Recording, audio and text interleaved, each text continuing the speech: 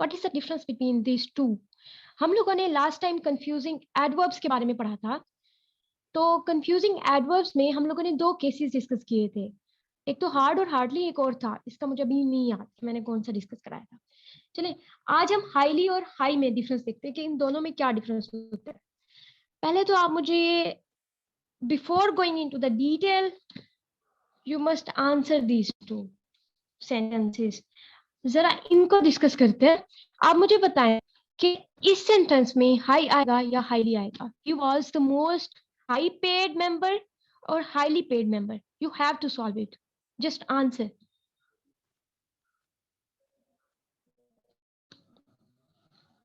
He was the most paid member or the high paid member? Shabir, from Shabir, highly paid, okay. Highly, Alicia, okay. बाकियों की तरफ से क्या? अनीसुर रहमान, बच्चे high, okay. High Zainab, high Ittishamul Ali, okay.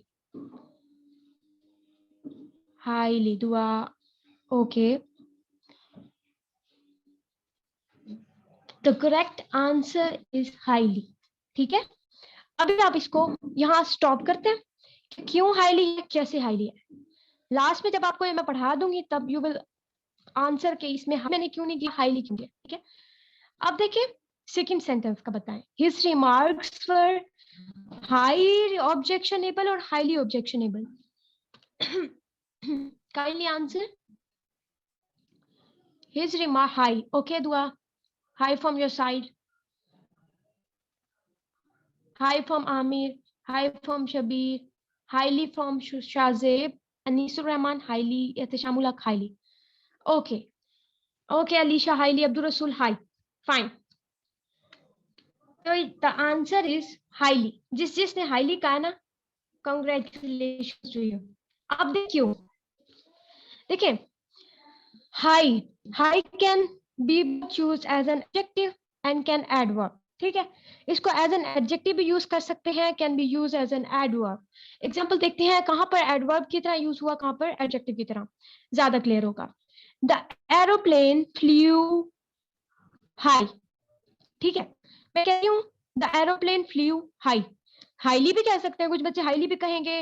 बच्चे यहाँ पे हाई आना चाहिए या हाईली आना चाहिए? फ्लू हाईली या हाई? कौन कहता है हाई आएगा या हाईली आएगा? बिकॉज ये वर्ब है, इसके साथ एडवर्ब आएगी। अनीसुर रहमान, एमन, जैनब, सबकी तरफ हाई, ओके जी बच्चे, यहाँ पर हाई आएगा। मैंने आपसे कहा कि जो हाई होता है वो एज एन एडवर्ब भी यूज होता है। तो फ्लू जो है वो हाईली फ्लू कर रहा है। ठीक है, हाई फ्लू कर रहा है, हाईली नहीं आएगा, हाई आएगा। यानी कि ये वर्ब है और जो वर्ब को डिटरमाइन करता है वो क्या होता है, वो एडवर्ब होता है। ये तो हमें पता चल गया, जो हाई है वो एडवर्ब है। ठीक है, यहाँ पर हाई का मीनिंग क्या है? हाई का मीनिंग होता है कि आपकी जो पोजीशन है वो, मतलब ये चीज हाइट पे होती है, एट ग्रेट हाइट। ठीक है, टू एन एलिवेटेड पोजीशन, कोई चीज, किसी चीज की पोजीशन ज्यादा है, किसी चीज, कोई चीज हाइट पे है, तो उसको हम कहेंगे हाई यूज होता है। अच्छा, ये तो यहाँ पर एज एन एडवर्ब हमने देख लिया कि होता है। एडवर्ब ऑफ पोजीशन बच्चे वो तो मैं करा चुकी हूँ आपको। We can say yes, you can say yes. अच्छा, आप देखें कि एज एन एडजेक्टिव ये कैसे यूज होगा। एज एन एडजेक्टिव किससे यूज होगा? Ayesha is in a high position, right? So position, what is position? Position is a noun. So the word which determine a noun is an adverb. ठीक है, अब ये adverb है या adjective है? मुझे यहाँ बताएं, ये एडवर्ब है या एडजेक्टिव? यहाँ पर high adjective, good JAP, adjective. So I was wrong ना जी, यहाँ ये एडजेक्टिव है, एग्जैक्टली। ठीक है बच्चे, अब आपने देखा कि हाई को एज एन एडजेक्टिव यूज कर सकते हैं, एज एन एडवर्ब यूज कर सकते हैं। तो अब लकीर के फकीर नहीं होना कि इसके साथ एलवाई नहीं लगा तो ये सिर्फ एडजेक्टिव होगा। No, it can be adverb, it can be adjective, it depends on the position of the word, that word in the sentence, कि वो क्या फंक्शन प्ले कर रहा है उस सेंटेंस में। आगे मूव करते हैं। अगर इस हाई के साथ मैं एल वाई का एडिशन कर देती हूँ, ठीक है, तो क्या इसके मीनिंग पे कोई फर्क पड़ सकता है? If I add ly at the end of this word high, so क्या इसका मीनिंग चेंज होगा? Yes, okay, yes. तो देखिए, हाई हाईली हो गया। हाईली को हम एज एन एडजेक्टिव यूज कभी नहीं कर सकते। Highly is an adverb. तो इसका मीनिंग क्या होता है? इसको जब हम किसी चीज की एक्सट्रीम हालत बताना चाह रहे होते हैं कि ये वेरी, ये ग्रेटली, ये चीज ज्यादा है, ग्रेट है, कोई ग्रेट एक्सटेंट पे होती है, एक्सट्रीम पे होती है, एग्जैक्टली, ठीक है, तब हम इसको यूज करते हैं। इसके सेंटेंस आप क्लियर हो जाएगा। माई डेस्क वॉज, अच्छा ये तो मैंने यहाँ पर ठीक है। अब ये हाईली की एग्जांपल्स आप यहाँ देखें। He was the most highly paid member. अब क्या उसको पे हाइट पे किया जाता है?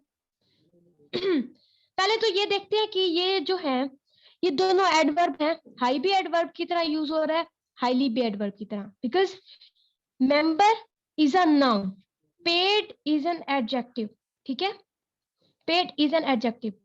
और हाईली इस पेड को बता रहे हैं कि किस तरह, कौन सा पेड, जिसको बहुत ज्यादा पे किया जाता है। मींस कि ये इसको मजीद मॉडिफाई कर रहा है एडजेक्टिव, तो ये एडवर्ब है। ये दोनों एडवर्ब है।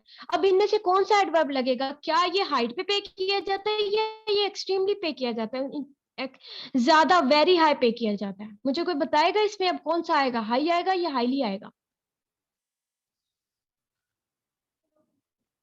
क्या अब आप इसको सॉल्व कर सकते हैं? Exactly, it's highly. Shozeb, Shozi पता नहीं क्या नेम है, शोजी बच्चे, it's highly, it's not high. क्या आप उसको हाइट पे जाके पे करते हैं? No, it's highly paid, right, it's highly paid, exactly. अच्छा, जब हम हाइट की बात करते हैं तब हम हाई कहते हैं, ठीक है। His remarks were highly objectionable और high objectionable. Would you please tell me which will be the correct answer? Highly, exactly. Because देखिए, objectionable, objectionable is an adjective. कौन से, किस, क्या ऑब्जेक्शनेबल है? उनके रिमार्क्स की बात हो रही है, ठीक है, तो ये उसकी क्वालिटी बता रहा है। हाईली यूज होगा क्योंकि सेंटेंस के बच्चे मैं पूरा नहीं पढ़ सकी। देखिए, रिमार्क्स के बारे में बता रहे हैं कि रिमार्क्स कैसे हैं, ऑब्जेक्शनेबल, तो ये एडजेक्टिव है। और जो एडजेक्टिव को मजीद मॉडिफाई कर रहा है वो क्या है? एडवर्ब। अब एडवर्ब तो हाई भी है और हाईली भी है, बट यहाँ पर आपने इसकी मीनिंग से आइडेंटिफाई करना है कि यहाँ पर कौन सी टर्म यूज होगी, क्या हाई यूज होगा या हाईली यूज होगा। बिकॉज हमें रूल्स पढ़ा दिए जाते हैं बट हमें मीनिंग नहीं समझाए जाते। तो यहाँ पर सारा कंसेप्ट की गेम है, मीनिंग की गेम है। आपको जब तक मीनिंग करेक्ट आता है तो आप इसको सॉल्व कर लेंगे। क्लियर बच्चे? आप इनके ये जो कंफ्यूजिंग एडवर्ब्स हैं इनके आप मीनिंग ज्यादा याद करें। मैं आपको एक पीडीएफ सेंड करूंगी, उसमें कुछ हद तक ये इसके बारे में डील किया गया, बिकॉज मैं आपको सारे केसेस नहीं पढ़ा सकती, इंपॉर्टेंट इंपॉर्टेंट मैं करा रही हूँ। जहां पे अब आपको इतना तो आइडिया हो गया होगा कि इन इस तरह के एडवर्ब्स को आपने किस तरह से डील करना है, उनके मीनिंग को जहन में रखना है, तो आपको ज्यादा समझ आएगी कि क्या क्या। मैं जितने रूल्स कराती जाऊँ आपको, मैं आपको क्रैमिंग की तरफ कभी भी नहीं लेके जाऊंगी, बिकॉज वो भूल जाती है जितनी भी करो। क्रैमिंग रिवीजन मांगती है और रिवीजन का टाइम नहीं होता। अच्छा, अब आप मुझे ये बताएं, आप लोगों को समझ तो आ गई, अब मुझे जरा ये भी सॉल्व करके बताएं। My desk was filled high या highly with, my desk was piled high or highly with papers. Choose the best answer. इन दोनों में से कौन सा होगा? अनीसुर रहमान, आपको कुट लगने वाली है, अहमद को भी कुट लगने वाली है बड़ी जोर की। दुआ high, Aamir high, Alisha high, good good. बच्चे, क्या आपके पेपर हवा में वो उसमें क्या हो रहे हैं, एक्सट्रीम पे वो हो रहे हैं?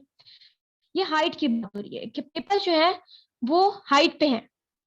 डेस्क जो है उसकी पेपर्स की वजह से जो हाइट है, जैसे आप बुक्स रखते जाए रखते जाए रखते जाए ऊपर लेते आए तो वो हाइट बढ़ जाती है। पाइलेशन कहते हैं ना, कि पाइल अप कर देते हैं, ऊपर रखते आते तो हाइट की बात हो रही है यहाँ पर। समझ आइए? तो यहाँ पर पेपर्स रखते गए तो उनकी हाइट की बात हो रही है। You need to understand the meaning, right? Okay, just look at the, where is Annie? Annie, why are you not answering me?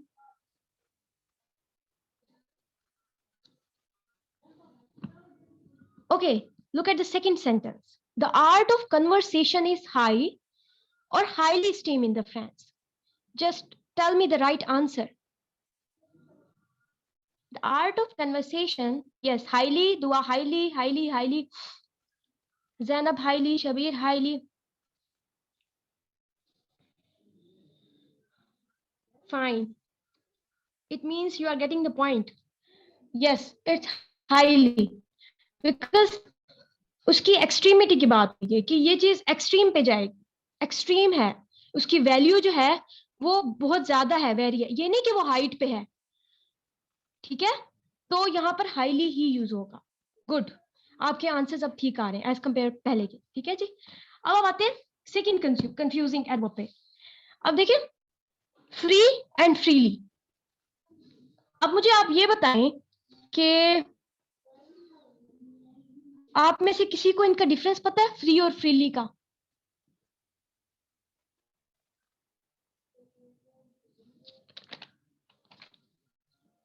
अच्छा चले, हम लोग मूव करते हैं।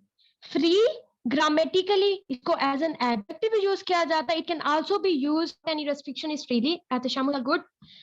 Okay, it can also be use as an adverb, right? So look at some examples where it is used as an adjective and where it is used as an adverb, right? So I have some free books, ठीक है? अब books क्या है? Books is a noun. Free. What is free? Without any cost is free. Good. Free means not in use. ये भी हो सकता है। अच्छा, फ्री वैसे इसको ज्यादा ये यूज ना ही करें, नहीं होता इतना जी। यहाँ पर ये एडजेक्टिव है, एक्टली। अब देखें ये कंडीशन फुलफिल हो गई। Now move to the second condition where it is used as an adverb. So look at the second sentence. I got this book free. I got this book free. तो यहाँ पर ये as an adverb use हो रहा है या as an adjective use हो रहा है? Got is a verb and the word which determine verb is adverb. So free is adverb. Fulfill the condition? Exactly. It's an adverb. Right. अच्छा, अब हम देखते हैं फ्री के साथ आप ly का एडिशन करें, फ्रीली बन जाएगा, ठीक है? और फ्रीली सिर्फ एक एज एन एडवर्ब यूज होता है। अच्छा, अब इसके मीनिंग की तरफ आते हैं। मैंने आपको कहा कि आपको मीनिंग नहीं आएंगे, आप इसका एरर नहीं फाइंड कर सकते, बिकॉज ये दो चीजें कंफ्यूज करती हैं उसके मीनिंग को लेके।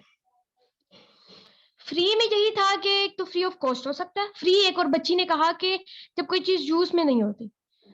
बट यहाँ पर जो मीनिंग है फ्रीली, यहाँ पर कोई लिमिट नहीं होती। फ्रीली मीन्स के कोई भी चीज लिमिट में नहीं है, उसमें कोई रिस्ट्रिक्शन नहीं है। तो आप सेंटेंस पे देख, for the first time in months you could move freely. क्या वो फ्री ऑफ कॉस्ट मूव कर रही है या वो विदाउट रिस्ट्रिक्शन मूव कर रही है? मुझे कोई बताएगा कि क्या वो फ्री ऑफ कॉस्ट मूव कर रही है या विदाउट रिस्ट्रिक्शन मूव कर रही है? Without restrictions. So you can understand that where what word will be used. Where will use the word freely. Exactly. Clear हो गया आपको यहाँ तक? Exactly. Good. Is it clear to you? Can we move on?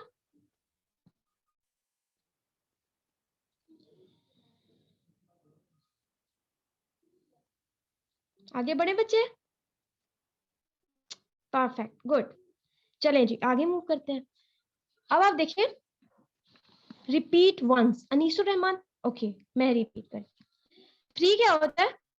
Free होता है, मैं जब बताती हूँ, मैंने ना वो जो चीजें हैं सारी फ्री में ले ली, मुझे फ्री में लेज मिल गई या मुझे फ्री में लेक्चर मिल गया, तो it means you are not paying for that, ठीक है? आप उसके लिए कोई कुछ पे नहीं कर रहे ना, उसके लिए आपके लिए कोई कॉस्ट रखी गई कि आपने इतनी आपके लिए पेमेंट है, आपने पे करनी है, इसका मतलब है कि वो आपके लिए फ्री है। अब यहाँ पर फ्री बुक्स है, इसका मतलब है कि आपको इनके पैसे नहीं देने पड़े, ठीक है? बट जब आपका वर्ड आता है तो इट मीन्स कि उसमें कोई रेस्ट्रिक्शन नहीं है, उसकी कोई लिमिट नहीं है उस चीज की।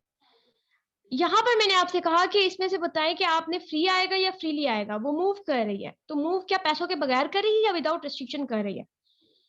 फ्रीली मीन्स विदाउट रेस्ट्रिक्शन, तो मूव वो विदाउट रेस्ट्रिक्शन कर रही है, ठीक है। तो यहाँ पर फ्रीली यूज हुआ, समझ आ गया? फ्रीली वर्ड जस्ट एडवर्ब होता है, इसको एज एन एडजेक्टिव हम यूज नहीं कर सकते। Is it clear to you now? चले मूव ऑन, इट्स ओके बच्चे। Third case, late and lately, इसके ऊपर आई थिंक बहुत से बच्चे कंफ्यूज होते हैं। अब देखें, मुझे पहले ये बताएं कि इस फर्स्ट सेंटेंस में लेट आएगा या लेटली आएगा? द प्रोग्राम स्टार्टेड लेट या lately?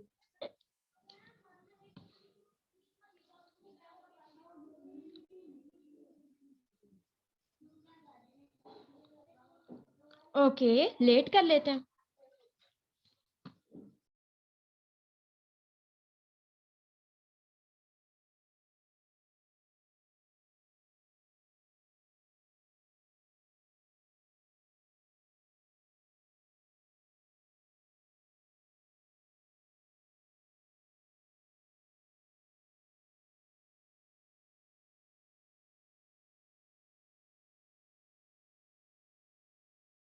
It means you was not on time.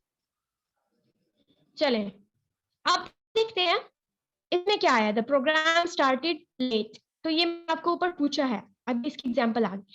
अब started is a verb, so which determine which modifies a verb is an adverb, so it is an adverb.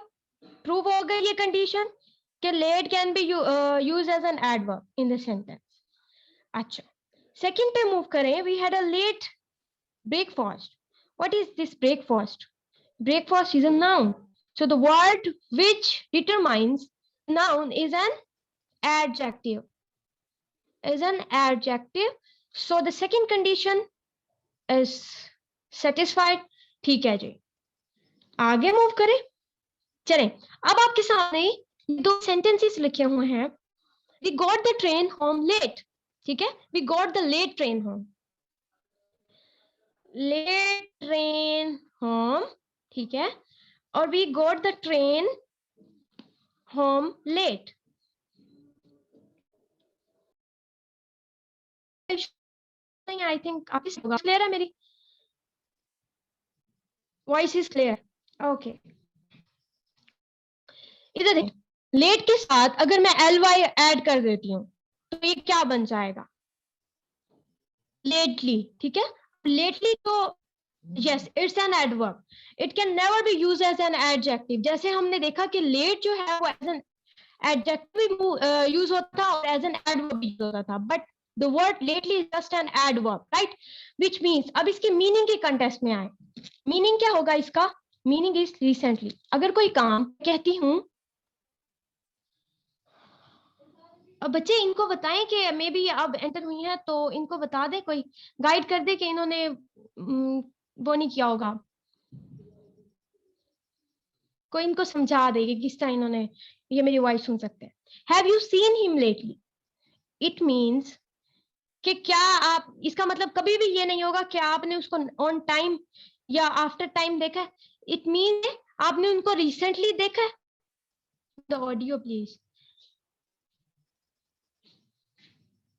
अब यहाँ पर ली का क्या meaning है? Recently. तो यहाँ पर क्या आप कभी ये लिखेंगे कि late, have you seen him late?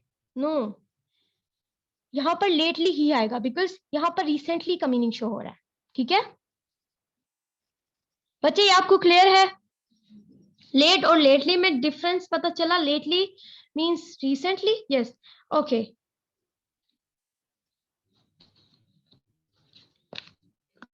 चलो अभी हमारी मीटिंग एंड होने वाली है, तो आप लोगों ने सेम लिंक ज्वाइन करना है।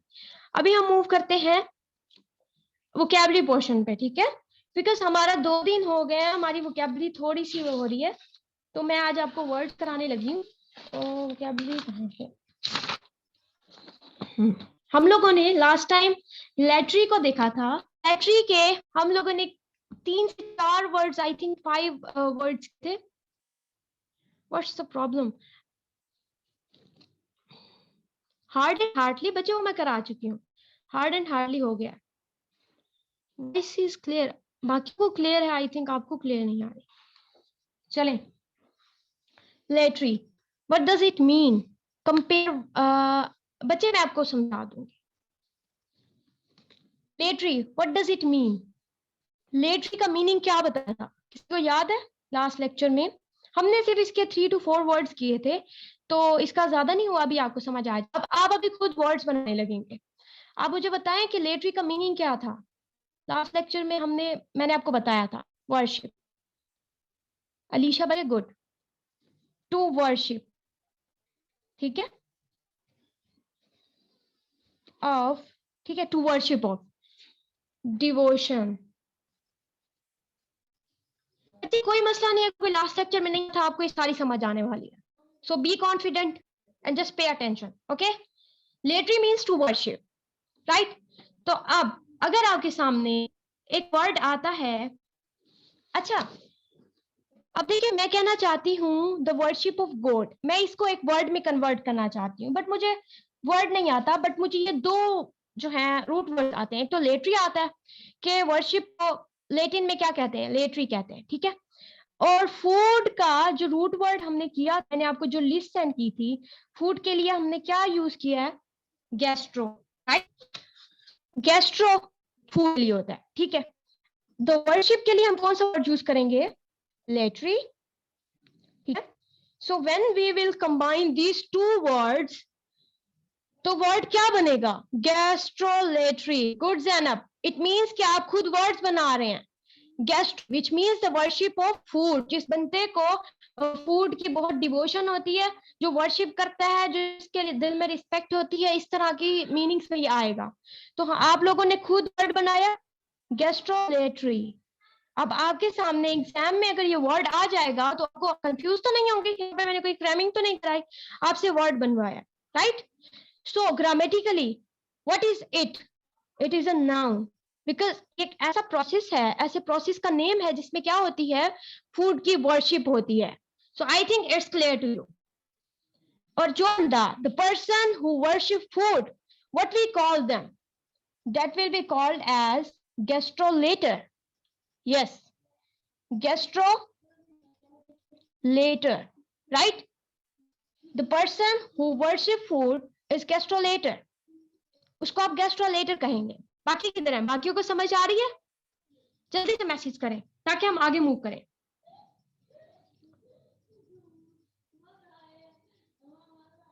एहतशाम के अलावा किसी को समझ आ रही है?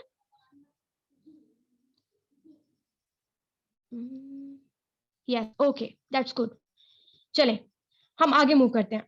ओके रीता, अब देखिए, in old days people use to worship sun. लोग किस चीज की थे, किस चीज को वर्शिप करते थे, सन को। तो अगर हमें